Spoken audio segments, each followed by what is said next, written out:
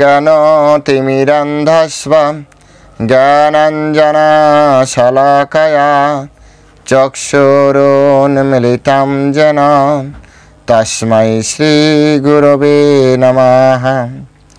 श्रीचैतन्यमनःभीष्टं स्थापितं येन भूतले स्वयं रूप कदा मायं ददाति पदान्तिकं।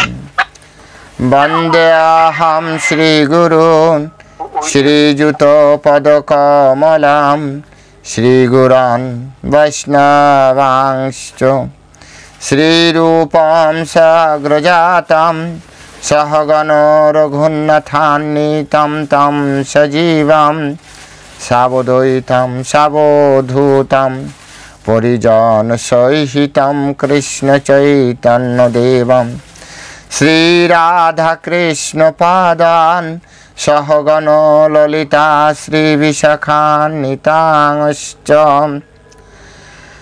नमो ॐ विष्णुपदाय कृष्णप्रेष्ठाय भूतले श्रीमते भक्तिवेदान्त स्वामिनिति नामिने।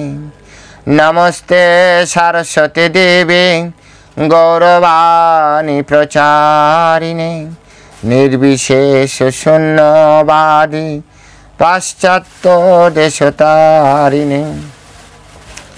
वाञ्छाकल्पतरुर्भश्च कृपा सिन्धु वयेव च पतितानां पावनेभ्यो वैष्णवेभ्यो नमो नमः।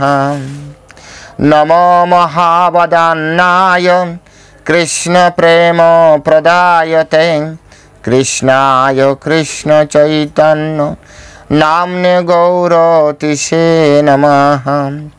पंचतत्त्वात्मकं कृष्ण भक्तरूपस्वरूपकं भक्तावतारं भक्ताख्यं नमामि भक्तिशक्तिकं। हे कृष्ण करुणा सिन्धु दीनबन्धु जगत्पते गोपेश गोपिका कान्त राधाकान्त नमोऽस्तुते। तप्त कांचन गौरांगी राधे वृंदावनेश्वरी वृषभानुसुते देवी प्रणमामि हरिप्रिये। नीलाचल निवासाय नित्याय परमात्मने बलभद्र सुभद्राभ्यां जगन्नाथाय ते नमः। जय श्री कृष्ण चैतन्य प्रभु नित्यानंद श्री अद्वैत गदाधर श्रीवासादि गौर भक्त वृंद। हरे कृष्ण कृष्ण कृष्ण हरे हरे हरे राम राम राम हरे हरे। नारायणं नमस्कृत्य नरं चैव नरोत्तमं देवीं सरस्वती व्यासं ततो जयमुदीरयेत्। नाष्टप्रायस्य भद्रेषु नित्यं भागवत सेवया भागवते उत्तम श्लोके भक्तिर्भवति नैष्टिकी। ओम नमो भगवते वासुदेवाय ओम नमो भगवते वासुदेवाय ओम नमो भगवते वासुदेवाय। श्रीमद् भागवतम दशम स्कंद नवम अध्याय श्लोक नंबर 16।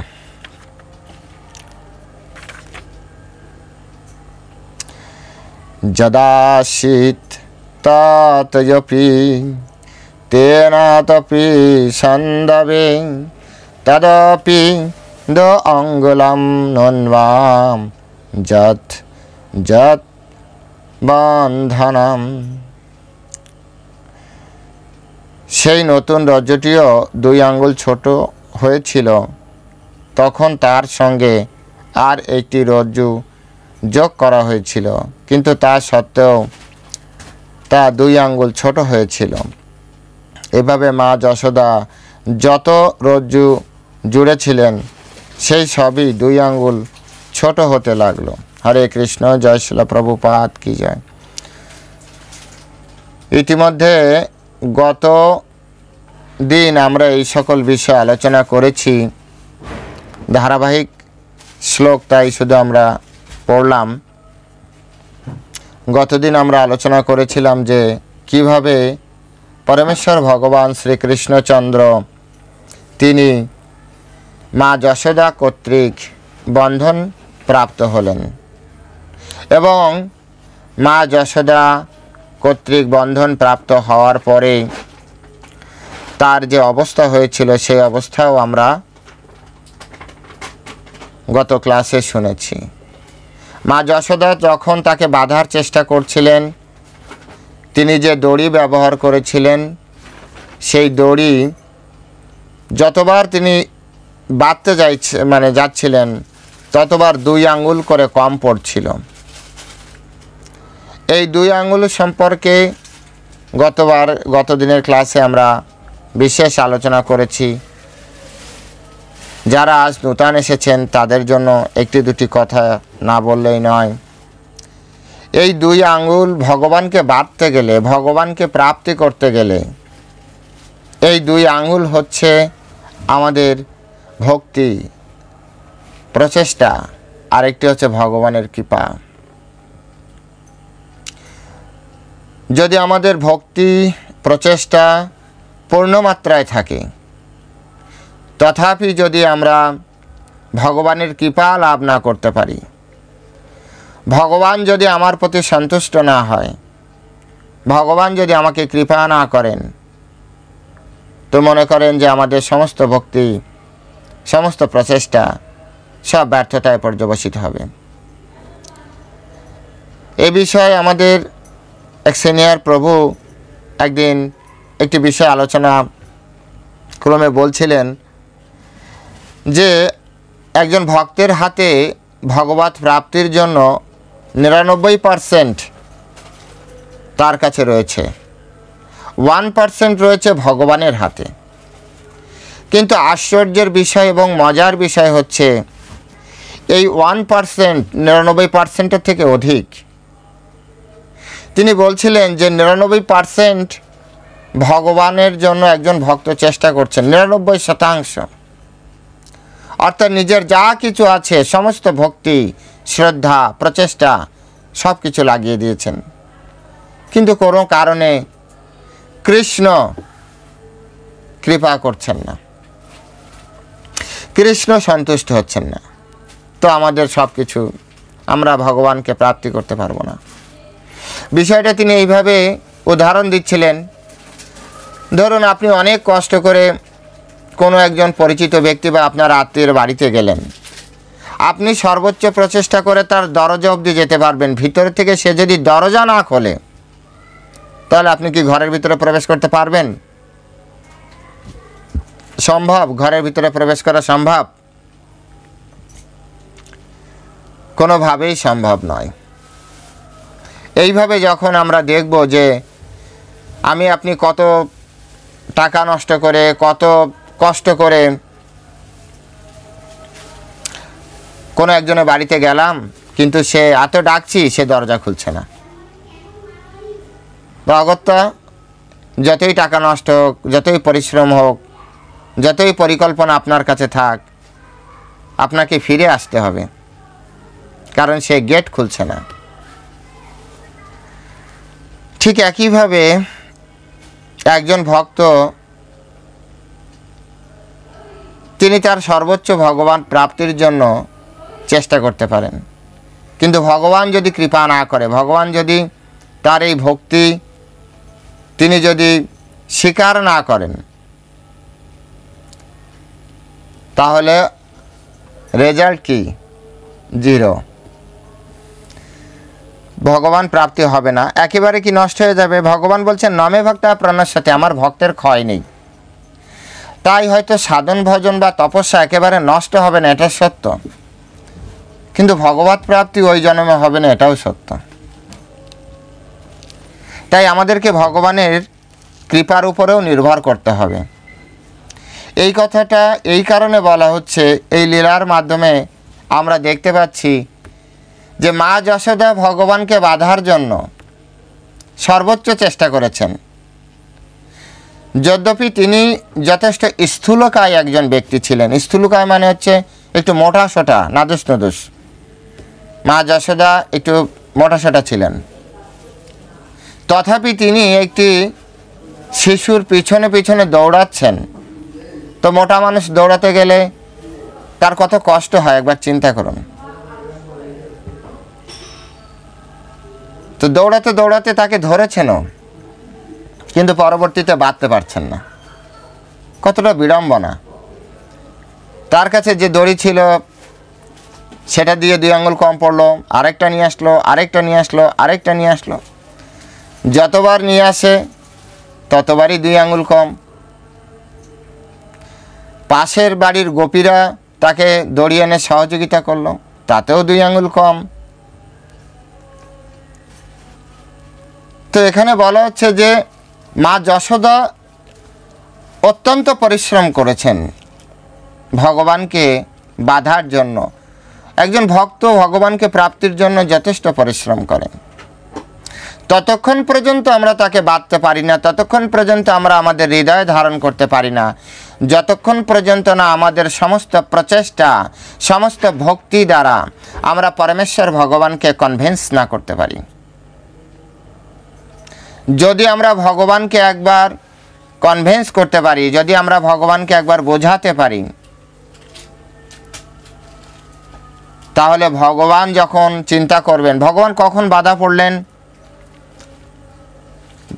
এখানে দৃষ্টা পরিশ্রমাম কৃষ্ণ কৃপায়া আশিত স্ববন্ধনে, এইখানে এই যে স্ববন্ধনে আর দৃষ্টা পরিশ্রমাম কৃষ্ণ কৃপায়া আশিত, এই লাইনটা অত্যন্ত গুরুত্বপূর্ণ।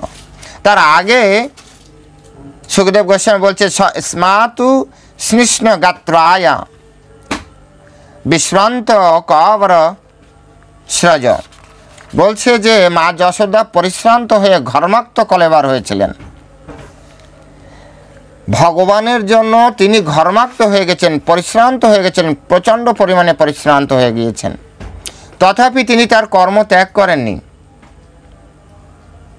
ভগবদ্ গীতায় ভগবান আমাদেরকে শিক্ষা দিয়েছেন, কর্মেণ্য অধিকার বা মা ফলেষু কদাচনা, কর্মে তোমার অধিকার আছে, ফলে তো তোমার অধিকার নেই। মা যশোদা তিনি শুধু তার কর্মের দিকেই লক্ষ্য করে গেছেন। তিনি চেষ্টা করেছেন যে আমি কৃষ্ণকে আজ বাঁধবই বাঁধব। তার একটাই প্রচেষ্টা ছিল, তিনি কৃষ্ণকে আজ বেঁধেই ফেলবেন। সেজন্য সকাল থেকে শুরু করে সন্ধ্যার আগ পর্যন্ত, মানে সন্ধ্যার আগ পর্যন্ত তিনি প্রচেষ্টা চালিয়ে গিয়েছেন। সেই জন্য বলছে পরিশ্রান্ত হয়ে, এবং পরিশ্রম করতে করতে ঘাম বেরিয়ে গিয়েছে।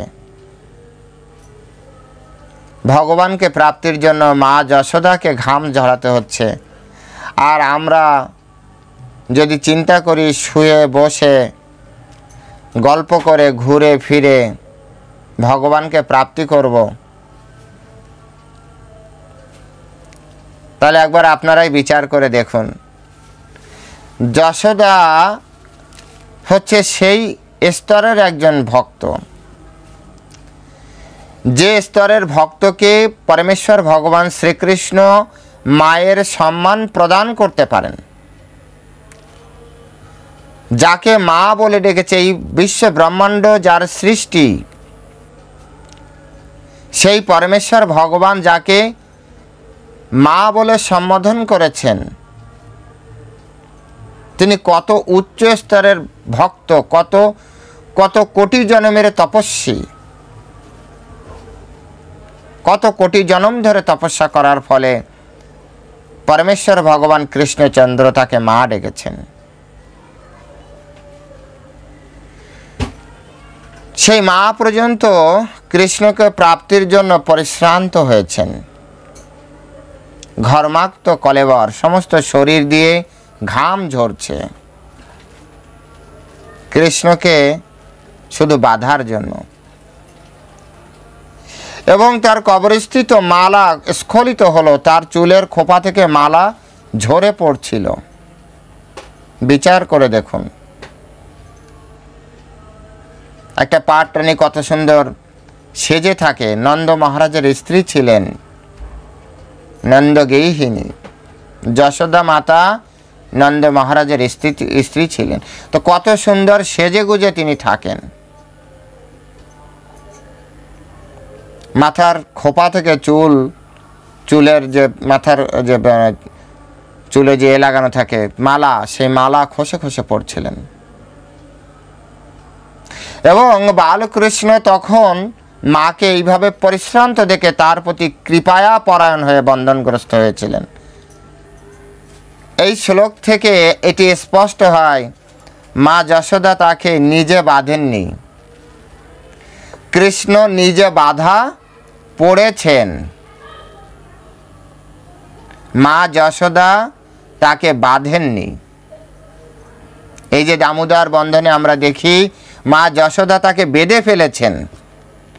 আসলে বাস্তব সত্য হচ্ছে মা যশোদা তাকে বাঁধেননি। এখানে স্পষ্ট করে এই শ্লোকে সুখদেব গোস্বামী বলছে, দৃষ্টা পরিশ্রমাম কৃষ্ণ কৃপয়া আশিত সবন্ধনে।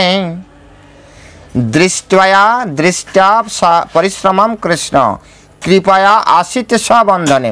সবন্ধনে মানে হচ্ছে যে নিজে বন্ধন প্রাপ্ত হয়েছে, তাকে বন্ধন সম্মত হলেন নিজে, ঠিক আছে এবার বেঁধে ফেলো আমাকে। নিজে যখন চেয়েছেন তখন মা তাকে বেঁধেছিলেন। তাহলে কে কাকে বেঁধেছে? এখানে স্বয়ং বেঁধেছেন। কিসের দ্বারা, কেন বাধা পড়েছেন? বলছে দৃষ্টা পরিশ্রমম কৃষ্ণ। ভক্তের পরিশ্রম দেখে, ভক্তের আকাঙ্ক্ষা দেখে। অনেকে আমরা যখন অনেককে বলি, প্রভুজি মাতাজি মায়াপুরে আবার আসবেন, আমাদেরকে কি বলে জানেন? ভগবান যদি টানে আসব। আজকে এই শ্লোক থেকে শিখে নেন, ভগবান জীবনেও আপনাকে ভক্তির জন্য টানবে না। আপনাকে ভক্তির জন্য নিজে আগ্রহ প্রকাশ করতে হবে। আপনার আগ্রহ দেখে, আপনার নিষ্ঠা, আপনার ঐকান্তিকতা দেখে ভগবান রাজি হবেন। ঠিক আছে ঠিক আছে, তুমি এসো, ধামে এসো, মায়াপুরে এসো, বৃন্দাবনে এসো। আমরা বলি আপনারা একটু ভক্তি করুন, ভগবান যদি ভক্তি করায় ভক্তি করব। আমরা বলি আপনারা একটু জপ করুন, আপনারা কি বলেন? দেখি ভগবান যদি জপ করায় তবে জপ করব। এখানে এই শ্লোকের দ্বারা আপনারা স্পষ্ট করে দেখতে পেলেন, দৃষ্টা পরিশ্রমম কৃষ্ণ কৃপয়া আশিত সবন্ধনে। এই শ্লোক থেকে আমরা বুঝতে পারছি যে পরমেশ্বর ভগবান শ্রীকৃষ্ণ আমাদের যদি পরিশ্রম করতে দেখে, আমাদের যদি পরিশ্রান্ত দেখে, আমাদের ঐকান্তিক নিষ্ঠা দেখে, আমাদের ধৈর্য, আমাদের মনোবল, আমাদের ভগবত চরণের শরণাগতি, পূর্ণ শরণাগতি, তাহলে পরমেশ্বর ভগবান শ্রীকৃষ্ণ তিনি কৃপা করবেন। তখন কৃপায়া আশিত সবন্ধনে, তখন তিনি কৃপা করে আমাদেরকে সেই যে ভগবত প্রেম, এখানে কৃষ্ণকে বন্ধন মানে আপনি ধরুন ভগবত প্রেম পাওয়া, সেই যে ভগবত প্রেম, ভগবত দর্শন, ভগবত প্রাপ্তি, যা কিছু বলেন, যে শব্দ, যে বাক্য দ্বারা আপনি উপস্থাপন করেন করুন, কিন্তু তার জন্য আমাদের এই মা যশোদার মতো পরিশ্রম করতে হবে, নিরলস পরিশ্রম। দেখুন আমরা মাঝে মাঝে পরিশ্রম করতে করতে বসে পড়ি, দেখবেন আমাদের গা ঘামে না, একটু কষ্ট হলো তো একটু বিশ্রাম নিয়ে নিই। কিন্তু এখানে নিরলস পরিশ্রম, পরিশ্রান্ত হয়ে ঘর্মাক্ত হয়ে গেছেন, মানে ঘাম বেরিয়ে গিয়েছেন। অনেক সময় দেখবেন আমাদের এখন বর্তমানে একটা কমন রোগ ডায়াবেটিক্স, সুগার হওয়া। তো সুগার হলে ডাক্তার প্রায় বলে কি হাঁটুন। অনেকে সকালবেলা যায় হেলে দুলে হাঁটে, ডাক্তার বলে যে এইভাবে হাঁটলে কাজ হবে না, এমনভাবে হাঁটতে হবে যাতে গা দিয়ে ঘাম ঝরায়, গা দিয়ে ঘাম ঝরলে তবে যে আপনার সুগার কমবে, ঠিক কি না? আপনি যদি হেলে দুলে গল্প করে করে বন্ধুর সাথে হাঁটতে থাকেন, তাহলে কি সুগার কমার কোনো সুযোগ নেই। তো এখানেও ভগবানের যে সেবা, ভগবানের জন্য যে কর্ম করা, সেটা কিভাবে করতে হবে? নিরলস এমনভাবে করুন যাতে আপনি পরিশ্রান্ত হয়ে যাচ্ছেন, আপনার গা দিয়ে ঘাম ঝরছে, তথাপি আপনি চেষ্টা করে যাচ্ছেন। কতক্ষণ পর্যন্ত? যতক্ষণ পর্যন্ত না আপনার কার্য হাসিল হচ্ছে। কৃষ্ণকে যতক্ষণ আপনি বাঁধতে পারছেন ততক্ষণ পর্যন্ত চেষ্টা করতে হবে। সেই জন্য এখানে বলেছেন যে দৃষ্টা পরিশ্রমম কৃষ্ণ কৃপায়া আশিত সাবন্ধনে। কৃষ্ণ আমাদেরকে দেখবে, কৃষ্ণ আমাদেরকে দেখবে যে আমরা পরিশ্রম করছি। কৃষ্ণ যদি দেখে না পরিশ্রম না বিশ্রাম করছে, তাহলে বলো ঠিক আছে বাবা, তুমি আরেকটু সময় বিশ্রাম করো, আমি আরেকজনের বাড়ি থেকে ঘুরে আসি। যে ব্যক্তি ভগবানের জন্য সুন্দরভাবে রান্না করেছে, যে ব্যক্তি ভগবানের জন্য ওয়েট করেছে কৃষ্ণ আসবে। শবরী মাতার কথা চিন্তা করুন। শবরী মাতা ভগবান রামচন্দ্রের জন্য কত বছর ধরে তপস্যা করেছিলেন আপনাদের জানা আছে? 60 বছর ধরে, 60 ইয়ার্স, 60 বছর। তার গুরুদেব এই ধরাধাম থেকে অপ্রকট হওয়ার আগে তাকে আশীর্বাদ করেছিলেন, শবরী তুমি আমার যে সেবা করেছো, তোমার সেবায় আমি সন্তুষ্ট, তাই আমি তোমাকে আশীর্বাদ করছি যে ভক্তরা মৃত্যুর পরে, দেহ ছাড়ার পরে ভগবত ধাম যে ভগবানের সাথে দেখা করে, আমি তোমাকে আশীর্বাদ করছি, তোমার সেবায় সন্তুষ্ট হওয়ার জন্য আমি তোমাকে আশীর্বাদ করছি, ভগবান তোমার গৃহে হেঁটে হেঁটে আসবে। গুরুদেবের এই কথার প্রতি তার এতটা বিশ্বাস ছিল, গুরুদেব অপ্রকট হওয়ার পরে গুরুদেব নির্দেশ করেছিল অমুক জায়গায় যে তুমি গৃহ করে থাকো। এবং শবরী প্রতিদিন সকালবেলা বন থেকে ফুল তুলে রাস্তা থেকে, মানে তার উঠান, তার বারান্দা অবধি তিনি কি করতেন? ফুলের মানে যে গালিচা করে দিতেন, আমাদের যেমন লাল গালিচা করে, তিনি ফুলের গালিচা করে দিতেন। এটা একদিন দুই দিন না, 60 বছর। এবং প্রতিদিন তিনি ফল তুলে রাখতেন এবং তার দৃঢ় বিশ্বাস ছিল আমার গুরুদেব যা বলেছে অবশ্যই ভগবান একদিন আসবে,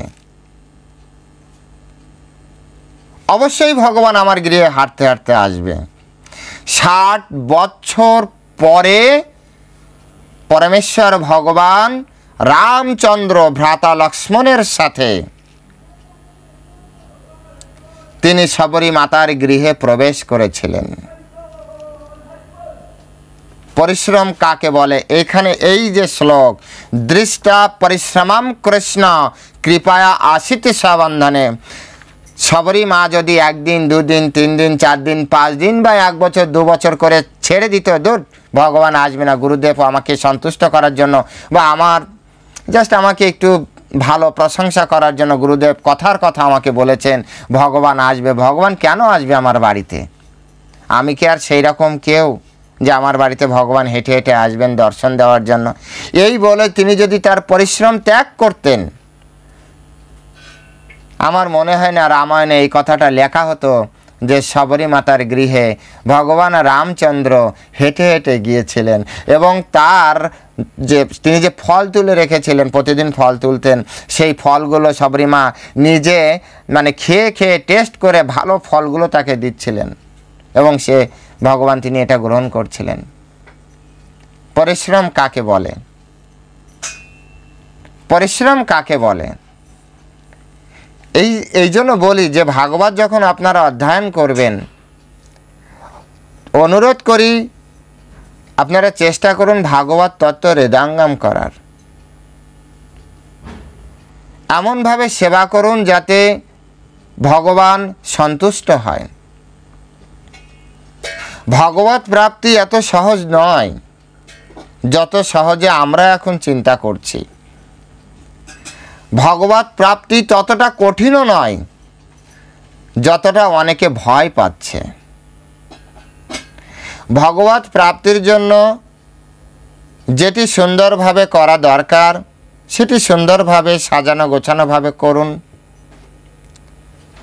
ভগবত প্রাপ্তির জন্য যে সেবাটি আপনি করছেন সেই সেবাটি অত্যন্ত আগ্রহের সহিত করুন।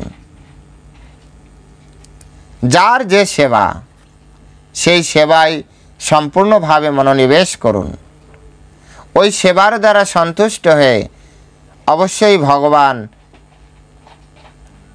আমি জানি না যে ভগবানকে, কারণ আমি নিজেই অতটা যোগ্য নই, কিন্তু আচার্যরা বলেন, শাস্ত্রে বলেন যে যদি কেউ নিষ্ঠা সহকারে ভগবানকে ডাকে, ভগবান তার ডাক শোনে। আপনি ভগবানকে অনুভব করতে পারবেন, প্রত্যেকটা মুহূর্তে প্রত্যেকটা ক্ষণে আপনি অনুভব করতে পারবেন। ভগবান এতটাই কৃপালু, এতটাই কৃপালু। এই ভগবত প্রাপ্তি কতটা কঠিন সেটি বোঝাতে যে পরের শ্লোকে সুখদেব গোস্বামী বলছেন, এবং সন্দর্শিতা হি অঙ্গ হরিণাভৃত্ত বস্বতা সবসেনাপি কৃষ্ণেন যস্য ইদম স ঈশ্বরাম বসে। হে মহারাজ পরীক্ষিত, শিব, ব্রহ্মা, ইন্দ্র প্রভৃতি মহান দেবতাগণ সহ এই নিখিল বিশ্ব যার বশীভূত সেই স্বতন্ত্র ভগবান শ্রীকৃষ্ণ এইভাবে তার ভক্তের বশ্যতা প্রদর্শন করেছেন। শিব ঠাকুর, ব্রহ্মা, ইন্দ্র এরা সবাই ভগবানের বশে। চৈতন্য চরিতামৃতে বলা হচ্ছে, একেলা ঈশ্বর কৃষ্ণ, বাকি সব ভৃত্য। যারে জইছে নাচায় সে তৈছে করে নৃত্য। একমাত্র ঈশ্বর হচ্ছে পরমেশ্বর ভগবান শ্রীকৃষ্ণ। আর এই জগতে যাকে যেভাবে নাচাচ্ছে, আমাকে, আপনাকে, আপনাকে, আপনাকে, সবাইকে, যারে জইছে নাচায় সে তৈছে করে নৃত্য। কাউকে সুখ প্রদান করছে তো সে সুখের সাগরে ভাসছে, কাউকে দুঃখ প্রদান করছে তো সে দুঃখের সাগরে ভাসছে। যে যার মতো, কৃষ্ণ যারে জইছে নাচায় সে তৈছে করে নৃত্য। সেই কৃষ্ণ যার একটা অর্ডারের জন্য ইন্দ্র পর্যন্ত বসে থাকে, শিবজি মহারাজ পর্যন্ত বসে থাকে, ব্রহ্মা পর্যন্ত বসে থাকে। দেখেছেন অনেকবার বিভিন্ন অসুরের দ্বারা তাড়িত হয়ে শিব, ব্রহ্মা অবশেষে ভগবান বিষ্ণুর কাছে চলে গিয়েছেন। বিষ্ণু যেগুলো মেটাতে পেরেছেন, যেগুলো পারেননি সেগুলো পরমেশ্বর ভগবান শ্রীকৃষ্ণের কাছে চলে যান। শ্রীকৃষ্ণ তখন তাদের শিডিউল দেন যে ঠিক আছে, আমি আসব এবং এসে এই প্রবলেম সলভ করব। সেই পরমেশ্বর ভগবান আজ তার মায়ের দ্বারা বন্ধন প্রাপ্ত করেছেন। ব্রহ্ম সংহিতায় ব্রহ্ম বলছেন, একাহপিয়স্য রচয়তাম জগদণ্ডকটিম যৎশক্তিরস্তি জগদণ্ড চয়া যদন্ত অণ্ডারন্তরস্ত পরমানুচয়ন্তরস্তম গোবিন্দামাদিপুরুষম তমহম ভজামি। একাই এই সব কিছু রচনা করেছেন, একাই। এবং কতটা জগৎ অণ্ড কোটি, এই জগৎ হচ্ছে ডিমের মতো দেখতে, অণ্ড ডিমের মতো।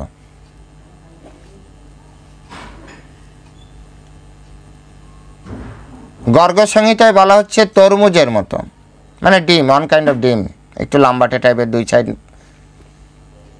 এবং এটাকে জগদণ্ড কোটিম, কোটি কোটি জগৎ, এই ব্রহ্মাণ্ড তিনি তৈরি করেছেন একা। একপি অশ্ব রচয়িতম জগদণ্ড কোটিম।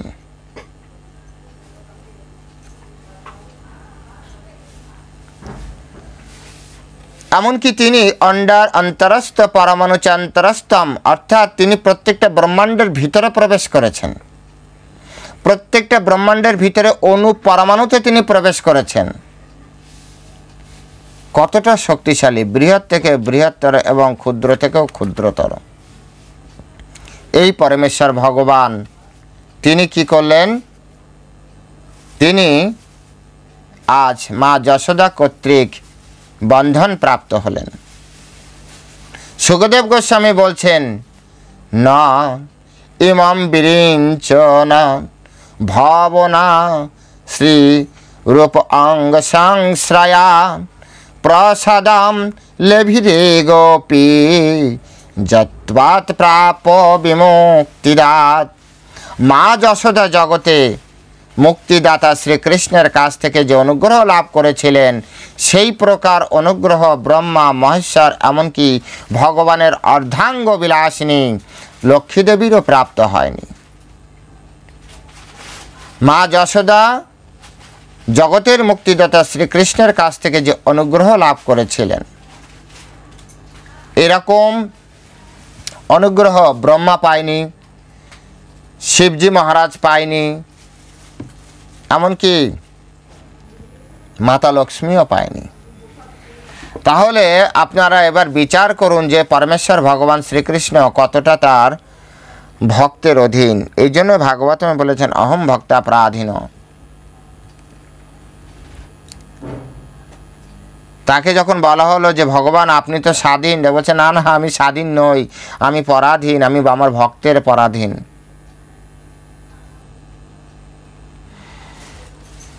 তিনি সেই সব ভক্তের পরাধীন যে সকল ভক্ত কায় মনোবাক্যে শুধু পরমেশ্বর ভগবান শ্রীকৃষ্ণেরই উপাসনা করেন। কিভাবে ভক্তি করা উচিত পরমেশ্বর ভগবানকে? তো ভক্তি রসামৃত সিন্ধুতে বলা হচ্ছে অন্য অভিলাষিত শূন্যম জ্ঞান কর্মাৎ অনাবৃতাম আনুকূল্যেন কৃষ্ণ অনুশীলনাম ভক্তিরুত্তমা। ভক্তি রসামৃত সিন্ধু গ্রন্থতে রূপ গোস্বামী বলছেন অন্য অভিলাষিতা শূন্যম, কোনো রকম অভিলাষিতা ছিল না। মা যশোদার দেখুন কোনো রকম অভিলাষিতা ছিল না যে কৃষ্ণ আমার জন্য এটা করবে। কৃষ্ণ তুমি ভগবান, আমি তোমাকে ভালোবাসি, আমি তোমাকে স্নেহ করছি, আমি তোমাকে সন্তান রূপে লালন পালন করছি, তো তুমি আমার জন্য এটা করে দেবে। দেবকী মা পর্যন্ত অভিলাষা করেছিলেন। যখন কৃষ্ণ দেবকী মাতাকে ছাড়ালো, পিতা বসুদেবকে ছাড়ালো, তখন একটা পর্যায়ে যে মা যশোদা বলল, হে কৃষ্ণ, আমি জানি যে তুমি আমার সন্তান রূপে এসেছো, কিন্তু তুমি পরমেশ্বর ভগবান, তাই আমার তোমার কাছে একটা প্রার্থনা রয়েছে। প্রার্থনাটা কি? তোমার জন্মের আগে আমার আরও 6টি পুত্র, সপ্তম পুত্রের কথা উনি জানতেন না যে ওটা রোহিণীর গর্ভে ট্রান্সফার করা হয়েছিল, সেজন্য উনি 6টা পুত্রের কথাই বললেন যে তোমার আগের 6 ভাই তাদেরকে তোমার মামা কংস নির্বিচারে অত্যন্ত যন্ত্রণাদায়কভাবে তাদেরকে হত্যা করেছেন। তারা মায়ের প্রতি কোনো ভালোবাসা পেল না, এমনকি তারা আমার স্তন দুগ্ধ পর্যন্ত পান করল না। তো আমি তোমার কাছে প্রার্থনা করি যে তুমি আমার আগের সেই 6 জন সন্তানকে এনে দাও। পরমেশ্বর ভগবান এনে দিয়েছিলেন। এখানেই শুদ্ধ ভক্তি মার খেয়ে গেল। ভক্তি রসামৃত সিন্ধুতে রূপ গোস্বামী বলছেন অন্য অভিলাষিতা শূন্যম, কোনো রকমের অন্য মানে অন্য কোনো রকম অভিলাষিতা নেই, শুধু প্রেম দেওয়া। তিনি শুধু দিচ্ছেন, ভালোবাসা দিচ্ছেন।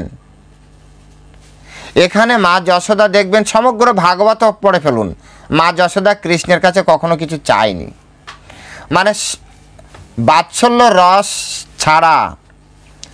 ঠিক আছে, এমনি চাইনি মানে ধরুন এই কৃষ্ণ যাও আমার জন্য 1 গ্লাস জল নিয়ে এসে, এটা আলাদা, এটাও বাৎসল্য রস। যেমন নন্দ মহারাজ একবার তিনি মথুরায় যাবেন, তখন বৃন্দাবন থেকে মথুরায় যাবেন, তখন কৃষ্ণকে বলছে, কৃষ্ণ যাও তো আমার পাদুকা জোড়াটা নিয়ে এসো। কৃষ্ণ সেই খড়ম দুটি মাথার উপরে ধারণ করে এরম হেলতে দুলতে দুলতে দুলতে তারপরে নন্দ মহারাজের কাছে এনেছিলেন। এই যে চাওয়া, এই চাওয়াটা কিন্তু কোনো চাওয়ার ভিতরে পড়ে না, এটি চাওয়ার ভিতরে পড়ে না, এটি অন্য অভিলাষিতার ভিতরে, এটা একটা রসের আস্বাদন। সন্তানকে বলেছে জুতোটা এনে দাও। তাই ভগবানকে ডাকতে গেলে, ভগবানকে ভক্তি করতে গেলে আমাদের অন্য কোনো চাওয়া পাওয়া থাকলে হবে না। অনেকে বলে আমি তোমাকে ভক্তি করছি, তো আমাকে কিছু টাকা দাও, আমার অর্থনৈতিক কিছু সমস্যা আছে, আমার সন্তানের চাকরি করিয়ে দাও, আমার মেয়েটার বিয়ে দিয়ে দাও, আমার গৃহের কিছু উন্নতি করে দাও, আমার গৃহদোষ নষ্ট করে দাও।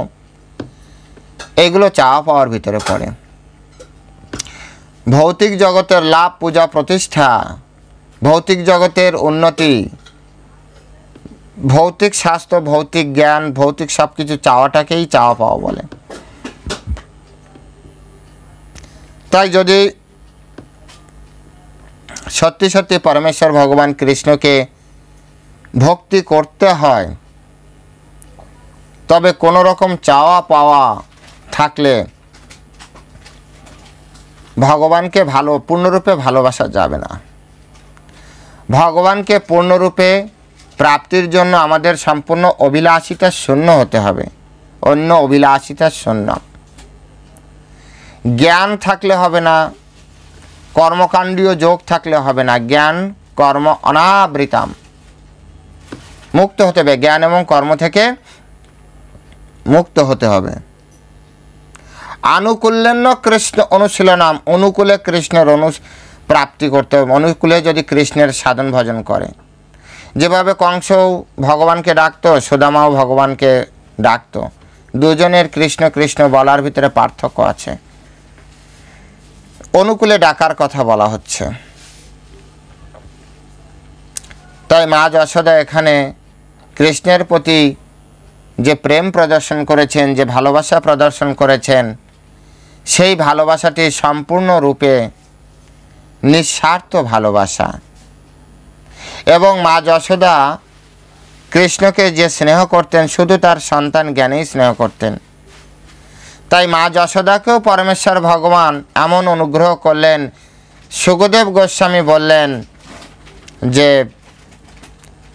ন ইমম বিরিঞ্চি না ভব না শ্রী, বলছে না ব্রহ্মা, না বিরিঞ্চি মানে হচ্ছে ব্রহ্মা, ভব মানে হচ্ছে শিবজি মহারাজ, আর শ্রী মানে হচ্ছে লক্ষ্মী দেবী। ভগবানের এরা সব হচ্ছে মহান মহান ভক্ত। মা যশোদা মানব রূপে লীলা করলেও মা যশোদা যে অনুগ্রহ পেল, যে কৃপা পেল, সেটি ওনারাও পায়নি।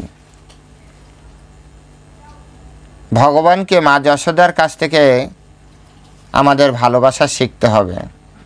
মা যশোদা কিভাবে ভগবানকে ভালোবেসেছিলেন।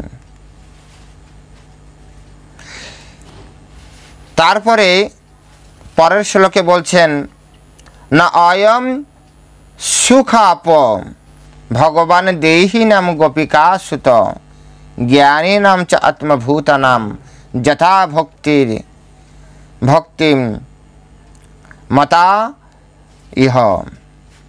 যশোদানন্দন ভগবান শ্রীকৃষ্ণ স্বতঃস্ফূর্ত প্রেমময়ী সেবায় যুক্ত ভক্তদের পক্ষে যে রকম সুলভ, মনোধর্মী, জ্ঞানী, আত্ম উপলব্ধির প্রয়াসী, তাপস অথবা দেহাত্ম বুদ্ধিপরায়ণ ব্যক্তিদের পক্ষে তেমন সুলভ নয়। সুখদেব গোস্বামী বলছেন যশোদানন্দন ভগবান শ্রীকৃষ্ণ স্বতঃস্ফূর্ত প্রেমময়ী সেবায় যুক্ত ভক্তদের পক্ষে যেরকম সুলভ, ভক্তদের কাছেই কৃষ্ণ সুলভ। কোন ধরনের ভক্ত? বলছে স্বতঃস্ফূর্ত প্রেমময়ী সেবায় যুক্ত যে ভক্ত, স্বতঃস্ফূর্ত প্রেমময়ী সেবায় যুক্ত ভক্ত। কত গুরুত্বপূর্ণ শব্দ এগুলি। ভগবদ গীতায় ভগবান বলেছেন, তেষাম সতত যুক্ত্বা যেনম ভজতাম মাম প্রীতিপূর্বকম দদামি বুদ্ধি যোগম তাম যেন মামুপায়ন্তি তে। তেষাম সতত যুক্তানাম ভজতাম মাম প্রীতিপূর্বকম। প্রেমের সহিত ভগবানের ভজনা করতে হবে। এখানে একই শ্লোক, একই বিষয় ভিন্নভাবে বলেছেন। এখানে বলছেন যে শ্রীকৃষ্ণের স্বতঃস্ফূর্ত প্রেমময়ী সেবায় যুক্ত ভক্তদের কাছেই ভগবান সুলভ। ভগবানকে সহজে পেতে চান, তাহলে ভগবানের যে প্রেমময়ী সেবা, সেই সেবাটি আপনি করুন। প্রেমময়ী সেবা মানে অত্যন্ত ভক্তি সহকারে, শ্রদ্ধা সহকারে ভগবানের সেবা করুন। সেখানে না কপটতা না থাকে, সেখানে আপনার মানে কি বলা যায় যে তাচ্ছল্য না থাকে, এগুলি যাতে না থাকে। সেখানে তাচ্ছল্য কীভাবে ভগবানের, আমরা অনেক সময় ব্যস্ততার অজুহাত দিয়ে ভগবানের সেবাটা খুব ছোট করে ফেলি, আর এর ফলে কি হয় যে ভগবানের সেবাটা সঠিকভাবে পালিত হয় না। অথচ এই ভৌতিক জগতে, যে জগতে আমরা বেশি দিন থাকবো না, এটা কে না জানে? এখানে আপনারা যতজন শুনছেন এর ভিতরে কে না জানেন যে এই ভৌতিক জগতে আমরা বেশি দিন থাকবো না? তথাপি এই ভৌতিক জগতের ভৌতিক উন্নতির জন্য আমরা কত পরিশ্রম করছি। সারাক্ষণ, দিনের সারাটা সময় আমরা সেই কাজে ব্যয় করছি। অথচ যে পার্মানেন্ট, যেটি পার্মানেন্ট সেবা, কি পার্মানেন্ট সেবা হচ্ছে ভগবত সেবা। সেই ভগবত সেবার সময় যে না আমি তো এখন একটু ব্যস্ত, আমার এই কাজ আছে, আমার সেই কাজ আছে, আমার এটা ওটা ওটা, কত অজুহাত। অজুহাতের তো আর শেষ নেই। অনেক মহান ভক্তরা বলে আমাদের যে 3 নম্বর হাত, এটি অত্যন্ত বলবান হাত। ডান হাত, বাম হাত, আর 3 নম্বর হাত হচ্ছে অজুহাত। ডান হাতের থেকে, বাম হাতের থেকেও শক্তিশালী এই হচ্ছে অজুহাত। একের পর এক আমরা অজুহাত দিতে থাকি এই ভগবত সেবা কার্যের জন্য। কিন্তু পরমেশ্বর ভগবান শ্রীকৃষ্ণ এই ভাগবতমে বলেছেন এগুলি আসলে শুধু শ্লোক নয়, এগুলি এক একটা সূত্র। এই সূত্রটা যদি আমি বুঝতে পারি তবেই এই ভগবত প্রাপ্তির অঙ্কটা মিলবে। এই সূত্রগুলি যদি আমি গভীরভাবে অনুধাবন করতে পারি, তাহলে যে কোনো স্থানে, যে কোনো পরিবেশে, যে কোনো সময়, স্থান কাল পাত্রের ঊর্ধ্বে যে আমি ভগবত প্রাপ্তির, ভগবত সান্নিধ্যের যে অঙ্ক, সেই অঙ্ককে আমি সলভ করতে পারবো, আমি সেই অঙ্কটাকে মিলাতে পারবো। এখানে স্পষ্ট করে এখানে কি বলছে? যশোদানন্দন ভগবান শ্রীকৃষ্ণ স্বতঃস্ফূর্ত প্রেমময়ী সেবায় যুক্ত ভক্তদের পক্ষে যেরকম সুলভ। কাদের কাছে সুলভ? যারা প্রেমময়ী সেবায় যুক্ত। খুব সহজে ভগবানকে প্রাপ্তি করা যায়। কিন্তু দেখুন, আমি আপনি যখন ভগবানের সেবা করছি, কতটা প্রেম আমার আপনার ভগবানের প্রতি আছে। নিজের কাছে নিজে প্রশ্ন করেন।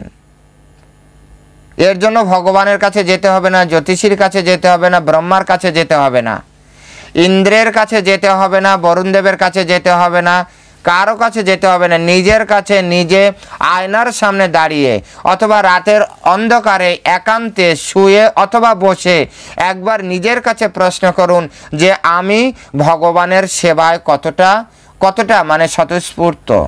সেখানে আমি কোনো অজুহাত দিই কি না দিই, নিজের কাছে নিজে প্রশ্ন করুন। যদি উত্তর আসে হ্যাঁ আমি 100% দিই, ওকে, ইউ আর রাইট।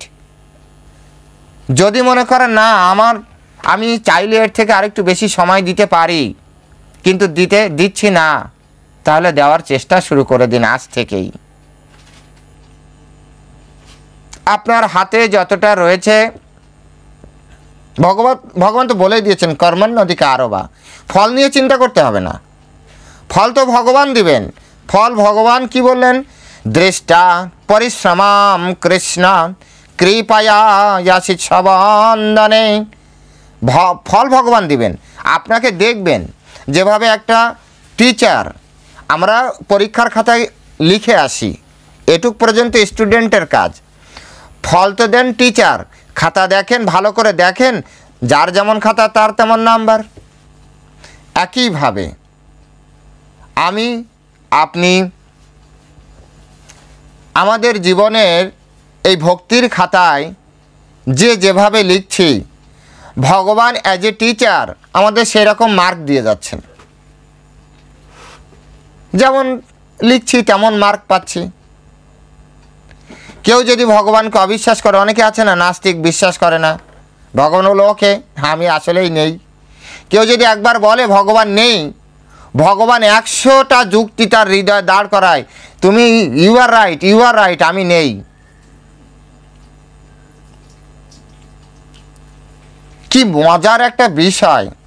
কেউ যদি ভগবানকে একবার বলে যে ভগবান তুমি আছো, ভগবান বলে হ্যাঁ আমি আছি, 100টা যুক্তি দাঁড় করিয়ে দেয়, 100 শাস্ত্র, 100 সাধু তার সামনে দাঁড় করিয়ে দেয় আমি আছি এটা প্রমাণ করার জন্য।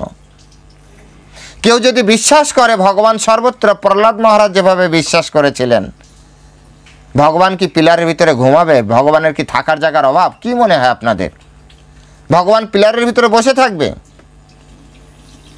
আপনার সামনে যে দেয়াল আছে, পিলার আছে, ভগবান ওর ভিতরে বসে থাকবে কেন? আপনার ঘরে ঠাকুরের আসন আছে না, সেখানে থাকবে। কিন্তু প্রহ্লাদ মহারাজ এতটাই সরল, এতটাই বিশ্বাসী, তিনি তার পিতা যখন বলে এই পিলারের ভিতরে আছে, সে একেবারে সরল বিশ্বাস বললো আমার ভগবান সর্বত্র পিলারের ভিতরেও আছে। ভগবানকে, তার ভক্তের বিশ্বাসকে রক্ষা করার জন্য কোথা থেকে বেরোতে হয়েছিল? পিলার ভেঙে। পিলার ভেঙে ভগবান কেন বেরোবে?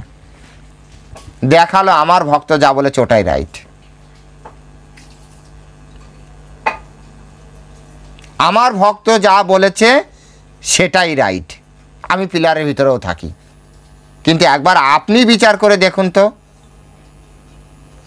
ওই বৈকুণ্ঠ লোকের মতো সুন্দর জায়গা, গোলক বৃন্দাবনের মতো সুন্দর জায়গা, অথবা ভক্তের, শুদ্ধ ভক্তের হৃদয়ের সুন্দর জায়গা, বা শুদ্ধ ভক্তের ঘরে যে সুন্দর ভগবানের আসন, সেটা ছেড়ে পিলারের ভিতরে কেন উনি থাকবে?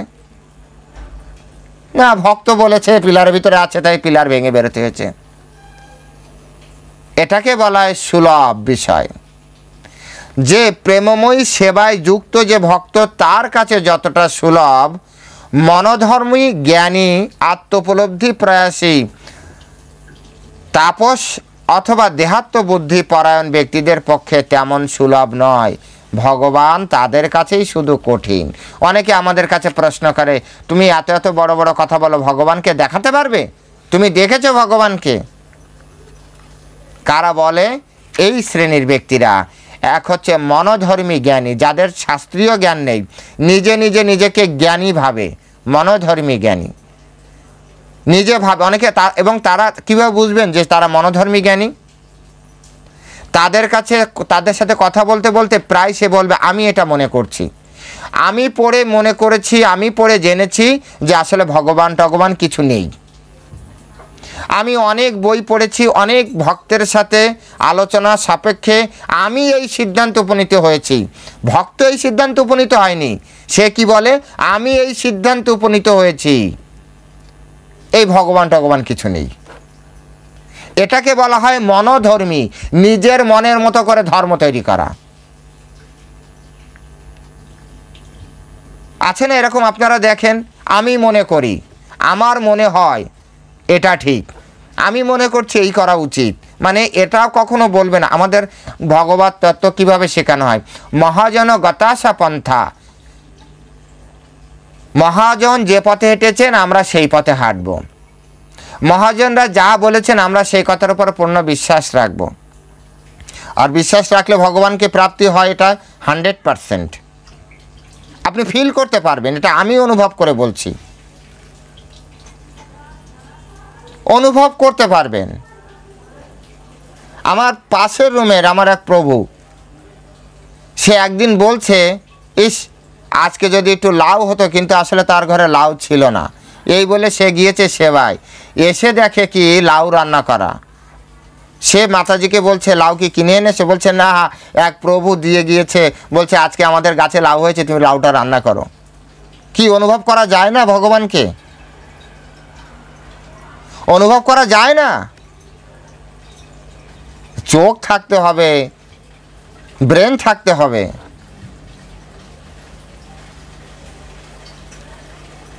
ভগবান আমাকে আপনাকে সবাইকে দেখছেন, এটা কেন ভুলে যাচ্ছেন? যারা জন্মান্ধ তারা তার পিতামাতাকে কখনো দেখতে পারে না, তথাপি তো তার পিতামাতা তাকে দেখে, তার ভরণ পোষণ করে। এবার সে দেখতে পাচ্ছে না বিধায় কি পিতামাতা অন্ধকার? তার খাওয়াটা কোথা থেকে আসে?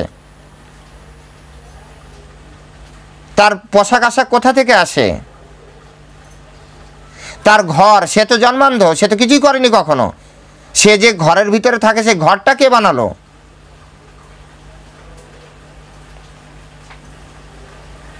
কে বলেছে ভগবানকে অনুভব করা যায় না, দেখা যায় না? তাই এখানে যারা এই মনোধর্মী জ্ঞানী যারা, তাদের জন্যই এই ধরনের প্রবলেম। কারণ ভগবান এই মনোধর্মী জ্ঞানীর কাছে যায়ই না। ভগবান যায় তার প্রেমময়ী সেবায় যুক্ত যে ভক্ত, তার কাছে। আত্ম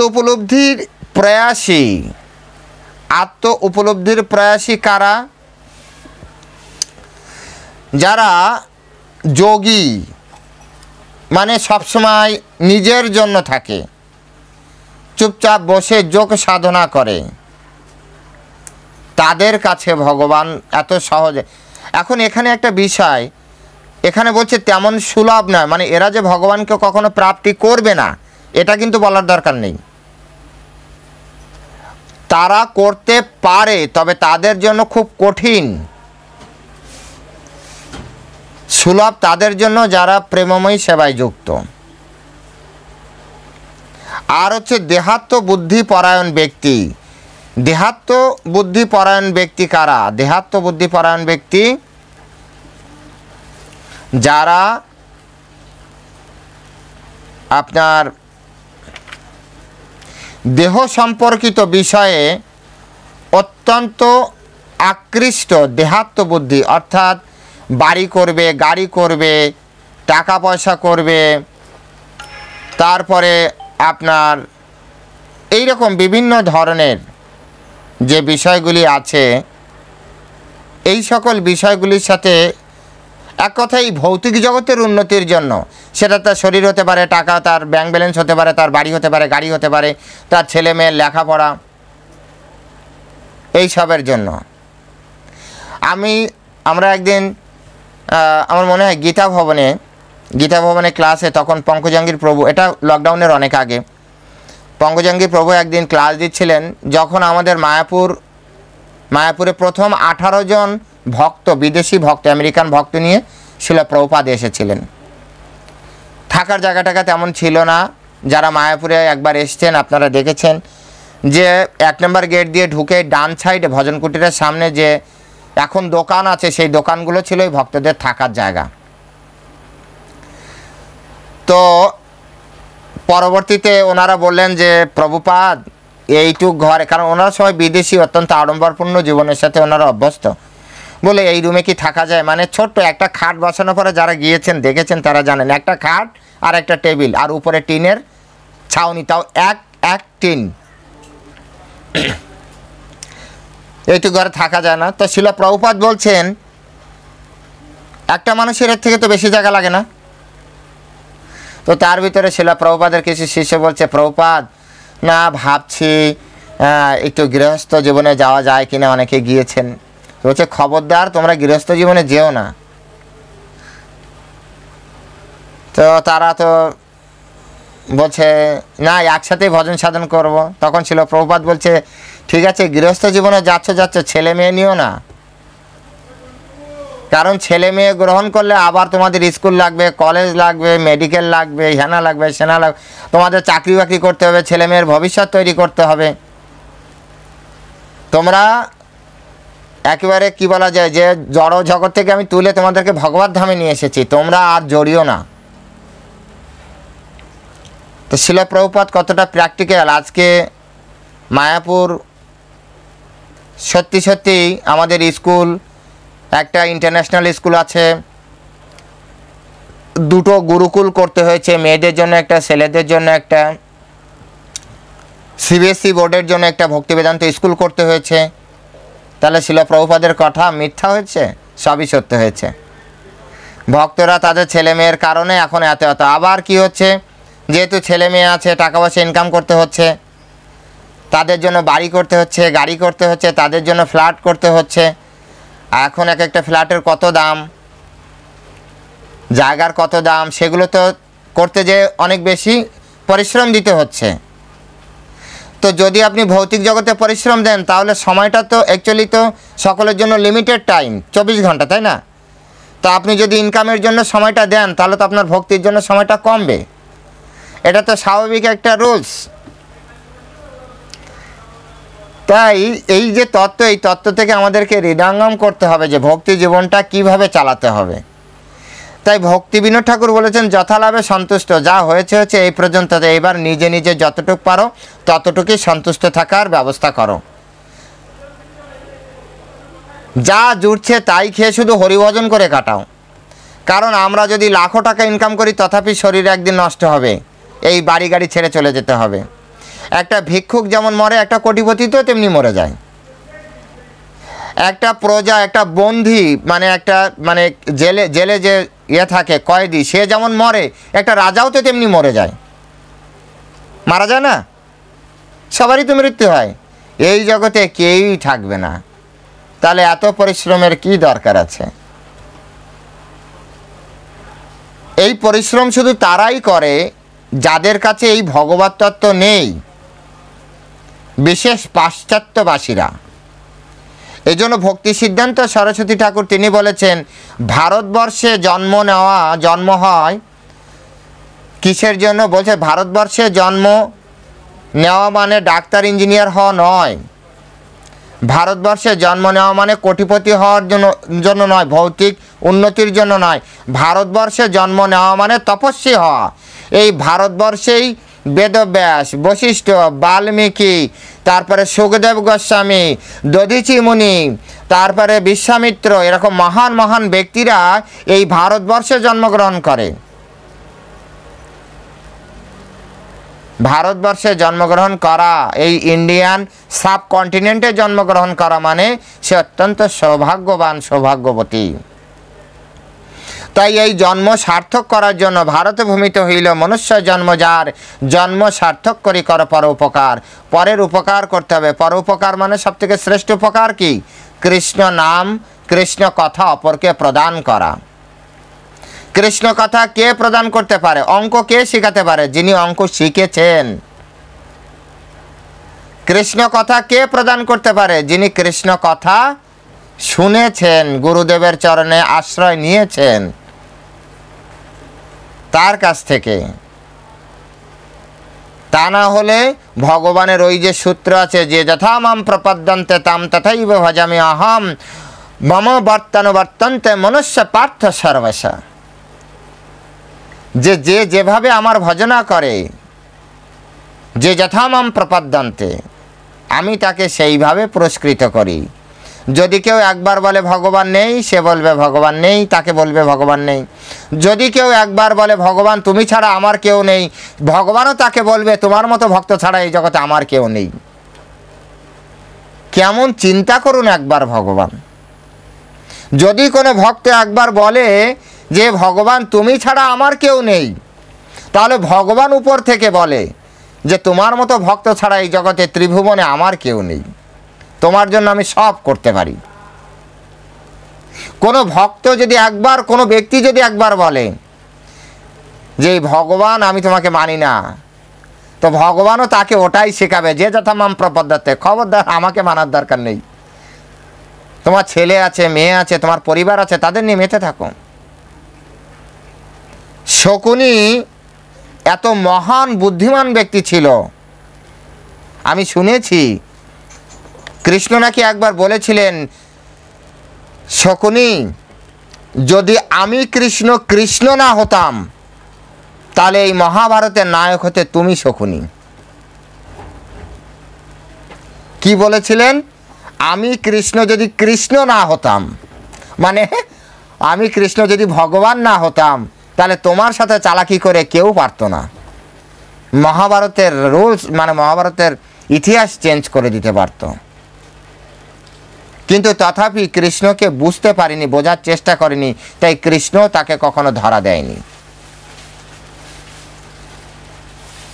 তাই এখান থেকে কি শিক্ষা আমাদের জন্য?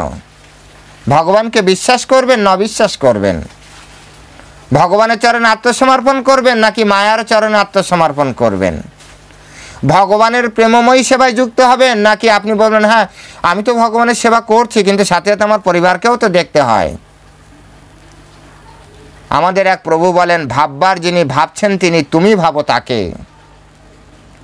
ভাববার যিনি ভাবছেন তিনি, তুমি ভাবো তাকে। তুমি কেন বেকার চিন্তা করছো? আমরা ভেবে কি করতে পারবো? আমরা চিন্তা করে কি করতে পারবো? কৃষ্ণ সব কিছু করতে পারে, আমাদের শুধু কৃষ্ণকে ভাবতে হবে, বাকিটা কৃষ্ণ অ্যারেঞ্জমেন্ট করবেন সব কিছু।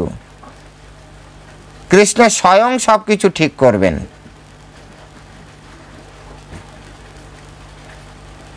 এটি আমাদের অত্যন্ত গুরুত্বপূর্ণ একটি সিদ্ধান্ত হওয়া উচিত। আমাদের সিদ্ধান্ত নিতে হবে। এই জন্য চৈতন্য চরিতামৃতে বলেছে, সিদ্ধান্ত লইয়া চিত্তে না করা অলস। আগে সিদ্ধান্ত নিন, তারপরে তো অলসতা ত্যাগ করবেন। কিন্তু আমরা আমাদের বর্তমান জগতে আমরা তো সিদ্ধান্তই নিতে পারছি না।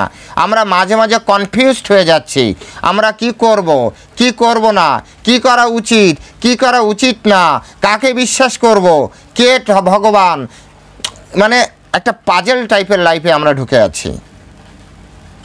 অনেক কিছু আমাদের ব্রেনের ভিতরে কাজ করছে।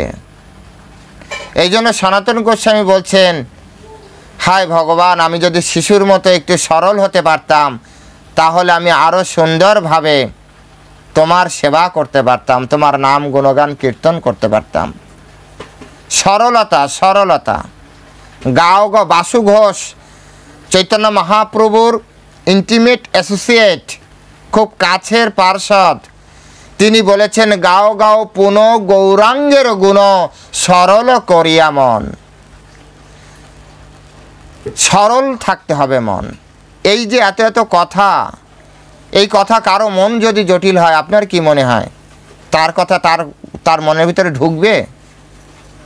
এই জগৎ অত্যন্ত জটিল থাকে, জটিলতার কারণে আমরা বুঝতে পারি না।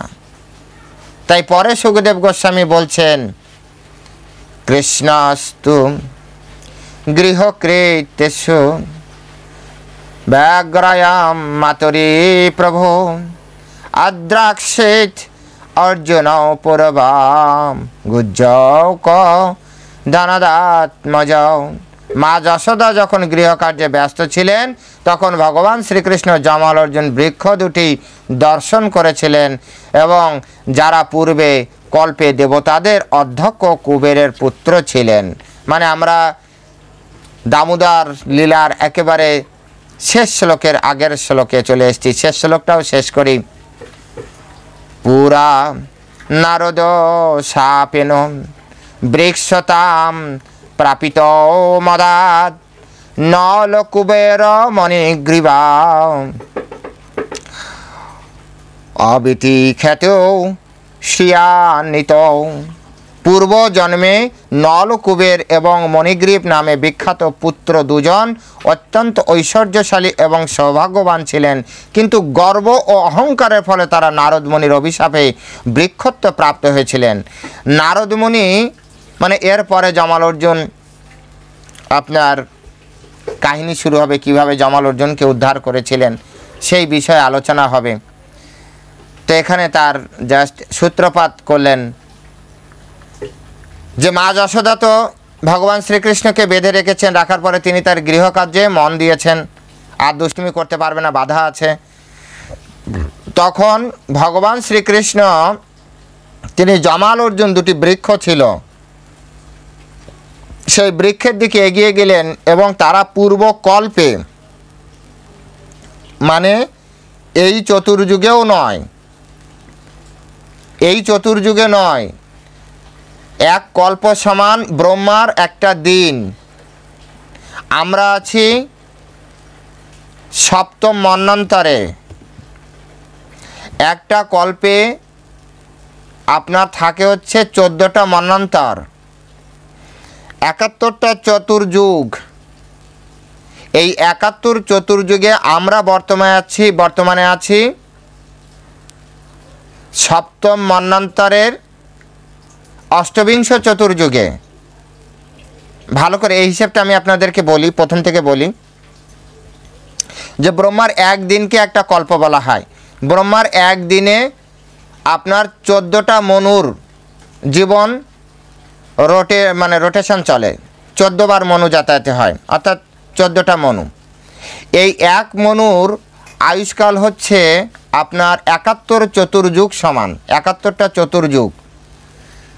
আমরা আছি অষ্টবিংশ চতুর্যুগে সপ্তম মন্বন্তরে। কোন মন্বন্তরে? বৈবস্বত মন্বন্তরের অষ্টবিংশ চতুর্যুগের দাপরের শেষে যে কলি, সেই কলিতে। এইবার এখানে বলা হচ্ছে যে পূর্বকল্পে, পূর্বকল্পে মানে হচ্ছে ব্রহ্মার আজকের দিনে না, ষষ্ঠ মন্বন্তরের কথা এটা। ষষ্ঠ মন্বন্তরে কোনো একটা সময় জমাল অর্জুনকে নারদ মুনি অভিশাপ দিয়েছিলেন। সেখান থেকে গাছ হয়ে এই ব্রজভূমিতে ওরা দুজন দাঁড়িয়ে আছে। অর্থাৎ এর আগে 6টা মন্বন্তর চলে গেছে। সপ্তম মন্বন্তরের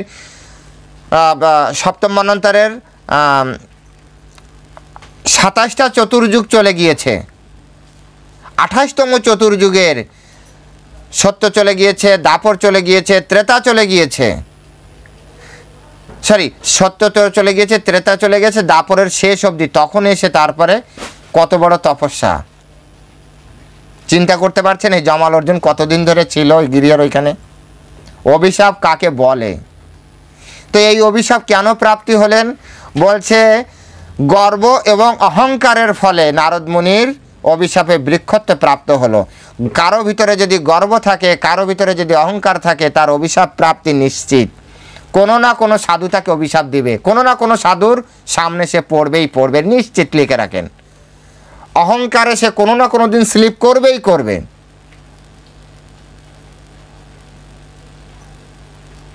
সিদ্ধান্ত, যদি কারো ভিতরে গর্ব থাকে, আজ না হয় কাল। এমন না যে প্রভু দেখলাম অমুকের তো অহংকারে কেন অভিশাপ পেল না, হয়তো আজ পাবে না, ওর পূর্বজীবনের কর্মের ফল রয়েছে। কিন্তু যেদিন কর্মের ফল শেষ হবে আর ওর অহংকার, মানে কর্মের ফল শেষ হয়ে গেল, অহংকার বেশি হয়ে গেল, তখন অভিশাপ আসবে এবং সাধুদের কাছ থেকে অভিশাপ আসবে। আর সেই অভিশাপে তার কি হবে? বৃক্ষত্ব, জড় শরীর প্রাপ্তি হবে। এইভাবে এই সকল সিদ্ধান্ত, এগুলি শুধু, আমি আবারও বলছি, এই শ্লোকগুলি শুধু শ্লোক নয়, এই শ্লোকগুলি হচ্ছে সূত্র, এই শ্লোকগুলি হচ্ছে সিদ্ধান্ত, এই শ্লোকগুলি হচ্ছে শিক্ষা। এই শ্লোকগুলি শুধুমাত্র মনোরঞ্জনের জন্য নয়। যারা শুধু মনোরঞ্জনের জন্য ভাগবত পাঠ করছে আর ভাগবত শ্রবণ করছে, এরা উভয় ফাঁদের ভিতরে আছে।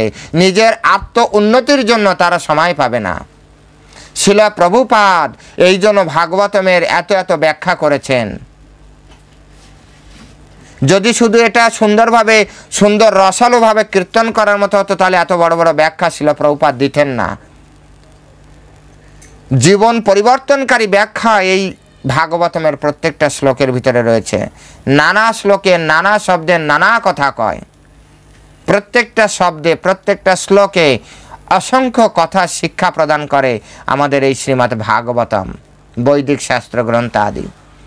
তাই যখন আপনি পড়বেন তখন আপনি অত্যন্ত নিষ্ঠা সহকারে যে আচার্যরা কি বলেছেন, এর ভিতরে কি শিক্ষা প্রদান করেছেন এই শ্লোকের ভিতরে, এটি বোঝার চেষ্টা করবেন। শুধু আনন্দ প্রদান করছে, লীলা কথা বলছে, আর আপনি আনন্দে হাসতে হাসতে অথবা কাঁদতে কাঁদতে আপনি উঠে আসলেন, কি ভাগবত কথা বলেছে, শিখে আসতে পারবেন না কিন্তু কিছু। আর বাড়িতেও যদি এই মনোবৃত্তি নিয়ে আপনারা ভাগবত পড়েন, তাতেও আপনি শিখতে পারবেন না। এই যে জমাল অর্জুনের মাত্র দুটি শ্লোকের ভিতরে কল্প মানে বুঝতে পেরেছেন কত বছর ধরে তপস্যা। একবার যদি সাধুদের অভিশাপ প্রাপ্তি হয় কত বছর, আপনি ক্যালকুলেশন করে দেখবেন কত বছর লাগে,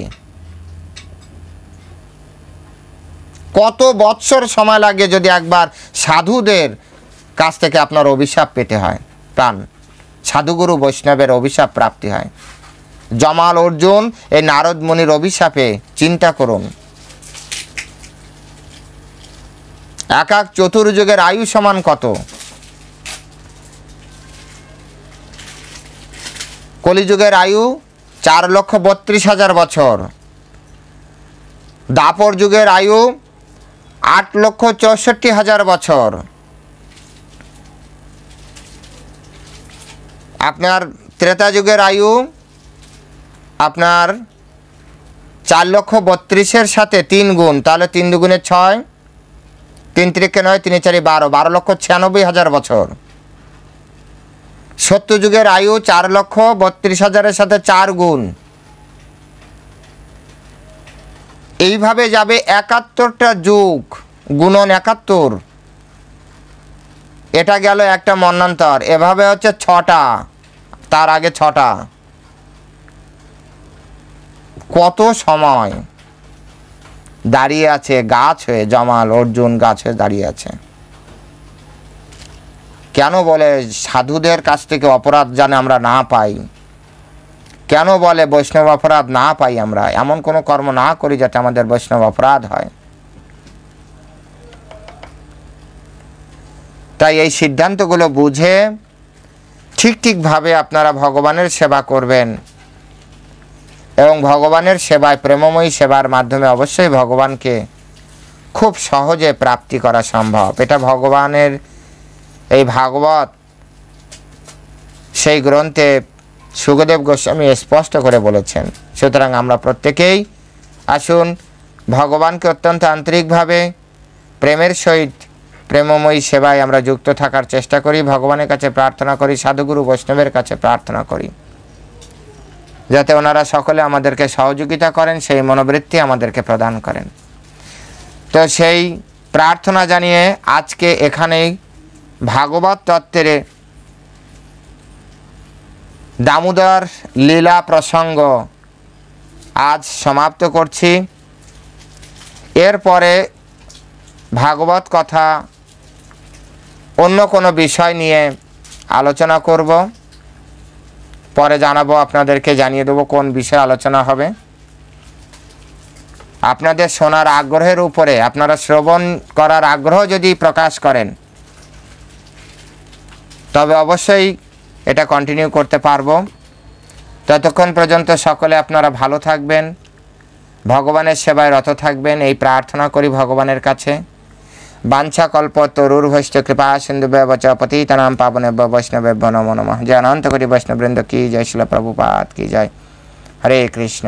ওম নমো ভগবতে বাসুদেবায়, ওম নমো ভগবতে বাসুদেবায়, ওম নমো ভগবতে বাসুদেবায়। জয় শিল প্রভুপাদ কি জয়। হরে কৃষ্ণ।